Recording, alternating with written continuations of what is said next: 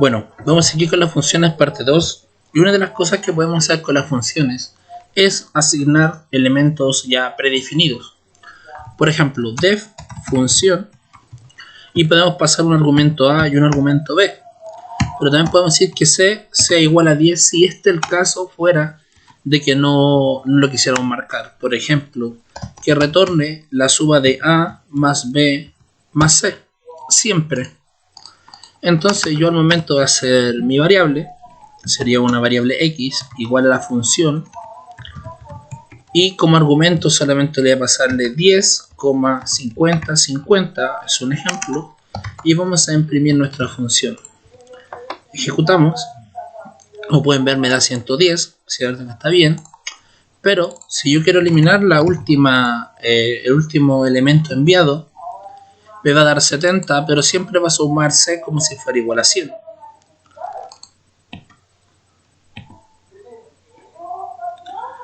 Python también nos ofrece otra función que es muy utilizada, función múltiples variables. Un ejemplo, y es colocando un asterisco y por ejemplo un argumento, ¿cierto? Y adentro de nuestra función lo que tenemos que hacer es un bucle for, que sería for un argumento en el argumento que nos van a pasar, ¿cierto? Y por ejemplo vamos a pintar todo el argumento como tal. Por ende también podemos, por ejemplo, también podemos hacer lo siguiente, vamos a hacer que nos pinte y aparte nos retorne el argumento entero, perdón. El argumento, ahí está. Y vamos a hacer x es igual a la función múltiple variable, ¿cierto?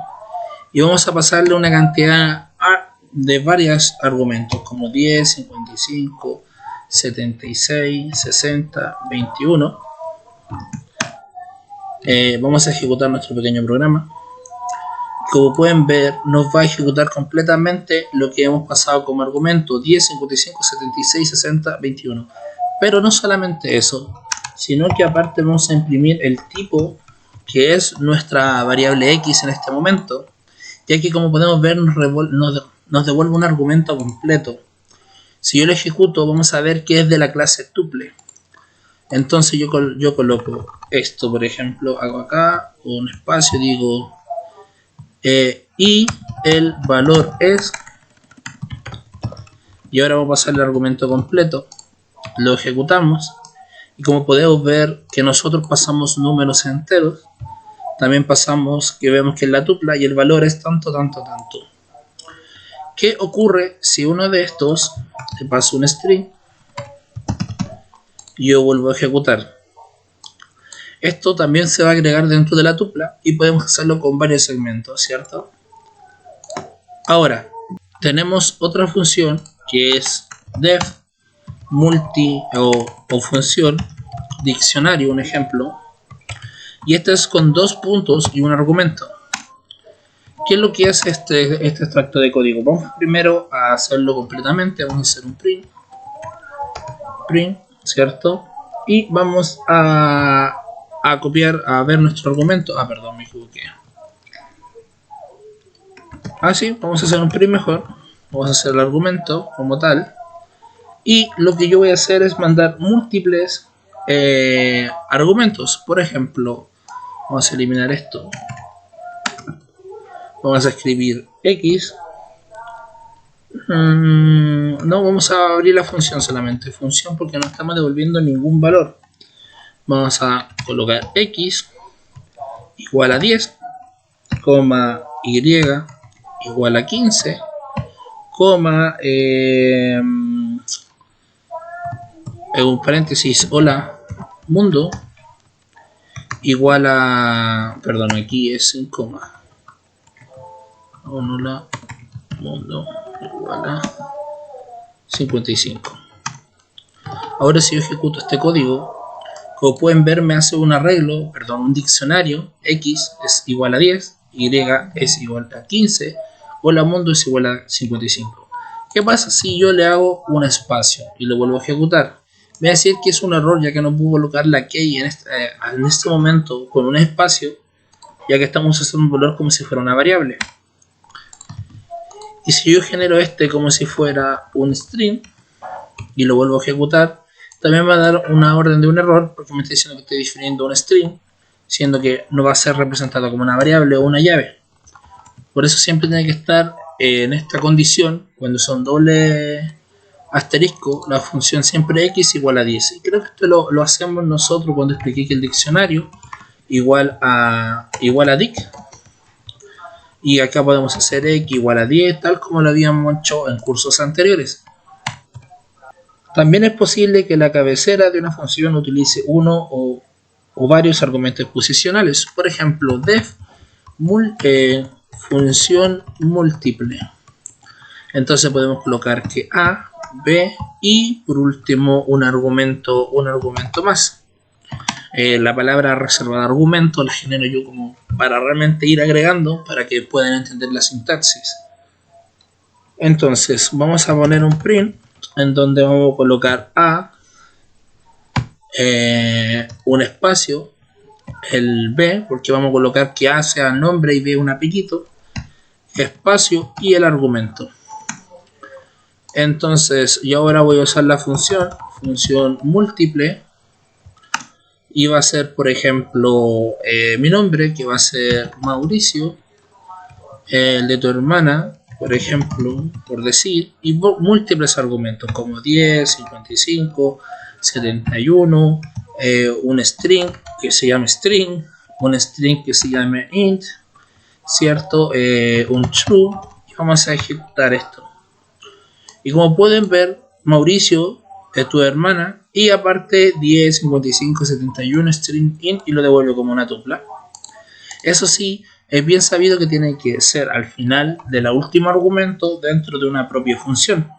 Por otro lado, también lo que podemos hacer es lo siguiente, es crear una función con estos argumentos, crear una variable que se llame un diccionario, y va a ser igual, una tupla, vamos a hacer una tupla mejor, porque esta es una tupla igual a, me equivoqué,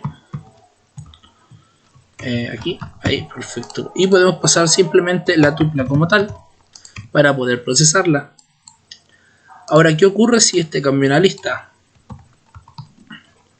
Si lo cambiamos a lista y lo ejecutamos, como pueden ver también se ejecuta, pero se ejecuta como si fuera una tupla, y dentro de la tupla se encuentra una lista.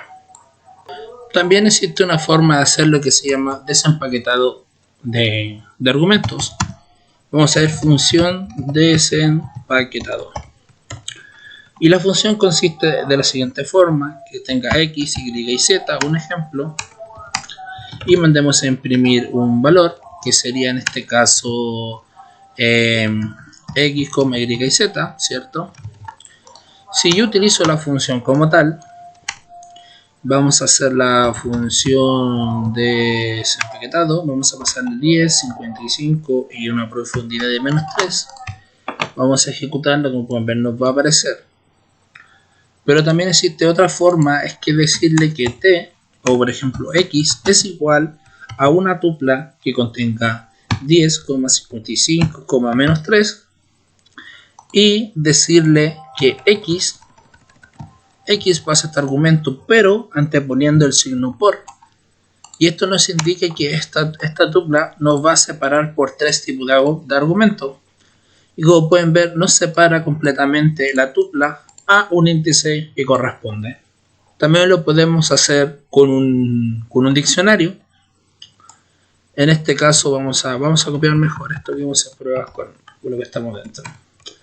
Vamos a abrir un diccionario y vamos a decirle que x es igual a tanto, y es igual a tanto y z es igual a tanto, y volvemos a ejecutar.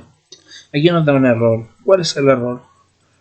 Es porque no definimos bien el temita, así que vamos a hacerlo así, porque me gusta hacerlo así, y le pongo un dict ahí, perfecto.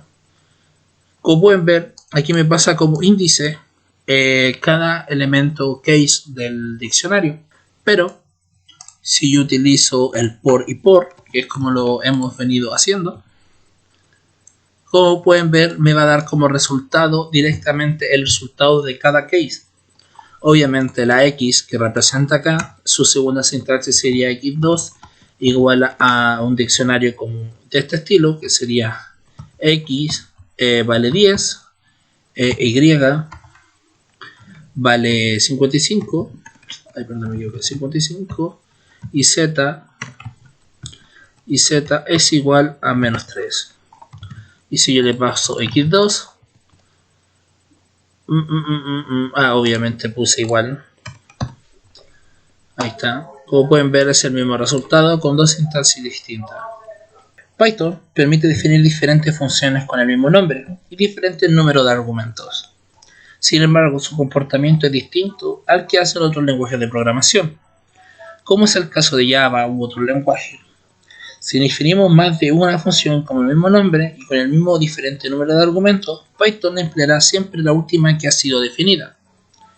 Este comportamiento se debe a que Python trata las funciones como un tipo determinado de objeto. Por ejemplo, vamos a hacer una función que se llama def prueba y de argumento le vamos a pasar x, y.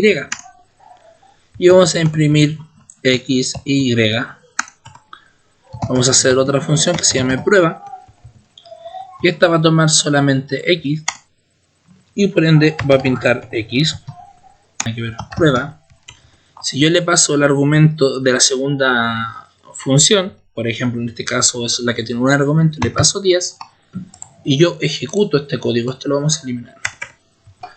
Ejecuto este código, me va a dar 10, que es la respuesta, ¿cierto? Pero si ahora yo paso 15 y ejecuto el código, me va a dar un error, porque lo único que se va a ejecutar en este caso es la última función con el mismo nombre. También Python, al igual que otros lenguajes de programación, Python permite el uso de funciones lambda. Ese tipo especial de funciones se caracteriza por devolver una función anónima cuando es asignada a una variable. En Python, las funciones lambda no pueden contener bucles y no pueden utilizar la palabra clave return para devolver un valor. La sintaxis es la siguiente. Lambda, el parámetro como tal, el parámetro, una expresión, ¿cierto? Con la expresión. Este es el tipo de sintaxis que tiene. Vamos a hacer varios espacios para que suba el código. Técnicamente, las funciones lambda no son una sentencia, sino una expresión. Esto lo hace diferentes a las funciones definidas con def. Vamos a hacer un ejemplo. Li es igual, entre corchetes, lambda x, donde x es más 2, coma, lambda, donde x más 3, y pasamos un parámetro igual a 4, decimos for acción in lie, que es la primera acción, vamos a pintar y vamos a ver nuestra acción, ¿cierto? Con el parámetro, entonces vamos a ejecutar nuestro código, vamos a dar espacio y perdón, es que estaba explicando la sintaxis y este no lo eliminé para que vea la sintaxis. Listo. Como pueden ver del resultado 6 y 7. Bueno, las funciones lambda ejecutan una determinada expresión aceptando o no parámetros y devuelven un resultado, que es una función, más complejamente en matemáticas. También lo podemos aplicar directamente en una variable. Vamos a eliminar esta expresión, vamos aquí a escribir y vamos a colocar aquí un print para que no se nos vayan no estemos a cada rato bajando el código. Y por ejemplo, lam igual a lambda, ¿cierto? X con la expresión x por 5 y vamos a printar lam. Vamos a ejecutar esto, lo vamos a dejar, vamos a eliminarlo. A ver cómo lo hago. Vamos a printear esto nomás. Y vamos a colocarle un pass para que no nos moleste. Perdón, porque está dentro del bucle. Yo lo saqué afuera. Muy bien. Ahí. y porque no se ejecuta ese código, listo. Lamp is not define. Perdón, me equivoqué aquí en la P. Listo. Como pueden ver, podemos ver que lamp es 67 y nuestro espacio es memoria RAM, que es por print la función. De hecho, vamos aquí a darle un type. Vamos a preguntar qué tipo es. Y como pueden ver que nos representa como si fuera una función, pero realmente es una función anónima, ya que no la estamos definiendo como las funciones de acá arriba. Y por ejemplo, lo que estamos haciendo realmente aquí en lamp es como darle una función, ¿cierto? Por ende, si sabemos que lamp pide como un argumento x y este hace que x se multiplique por 5, lo podemos hacer de la siguiente forma. Lamp entre su argumento, ¿cuánto sería 5 por 5? Y vamos a ejecutarlo. Y como pueden ver, nos da 25. ¿Y por qué me está dando 6, 7? Aquí me está dando 6, 7. Listo. O pueden darnos de 25. Entonces la función sería, por ejemplo, función algo igual a lambda, y vamos a pedir un argumento, ¿cierto? Y el argumento va a ser x por 119 dividido en 100, y yo paso como valor 1500, ejecuto, y este me va a dar 7500. No, bien, así no debería ser. Claro, porque estamos usando lamp. Como pueden ver, aquí me da bien 1785, que sería el IVA en mi caso. Entonces podemos, usando lambda, podemos usar funciones anónimas sin depender de la referencia def.